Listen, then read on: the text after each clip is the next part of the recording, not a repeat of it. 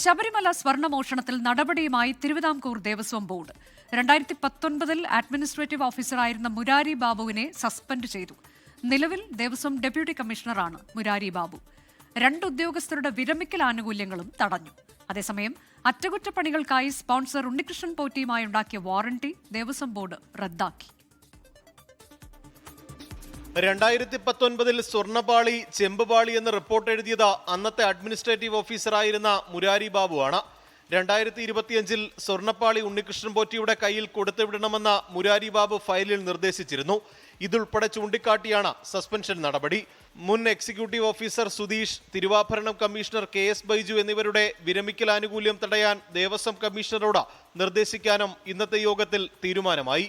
സ്വർണ്ണമോഷണത്തിൽ സമഗ്ര അന്വേഷണം PS പ്രശാന്ത് ആവർത്തിച്ചു.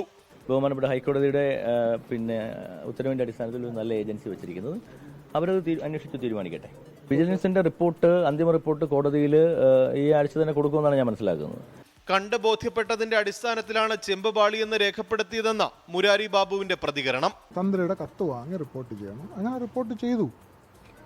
ആ റിപ്പോർട്ട് ചെയ്തപ്പോൾ ഞാനത് എഴുതിയത് ചെമ്പുപാളി എന്നാണ് എഴുതിയത്. എന്തുകൊണ്ട് എഴുതി?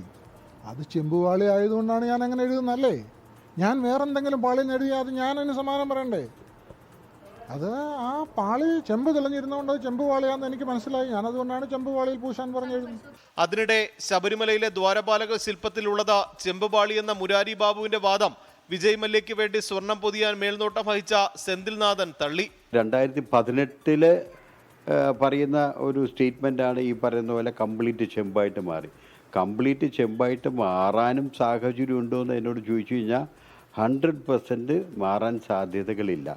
ദേവസ്വം വിജിലൻസിന്റെ അന്തിമ റിപ്പോർട്ട് കിട്ടിയ ശേഷം കൂടുതൽ നടപടികളിലേക്ക് കടക്കാനാണ് തീരുമാനം.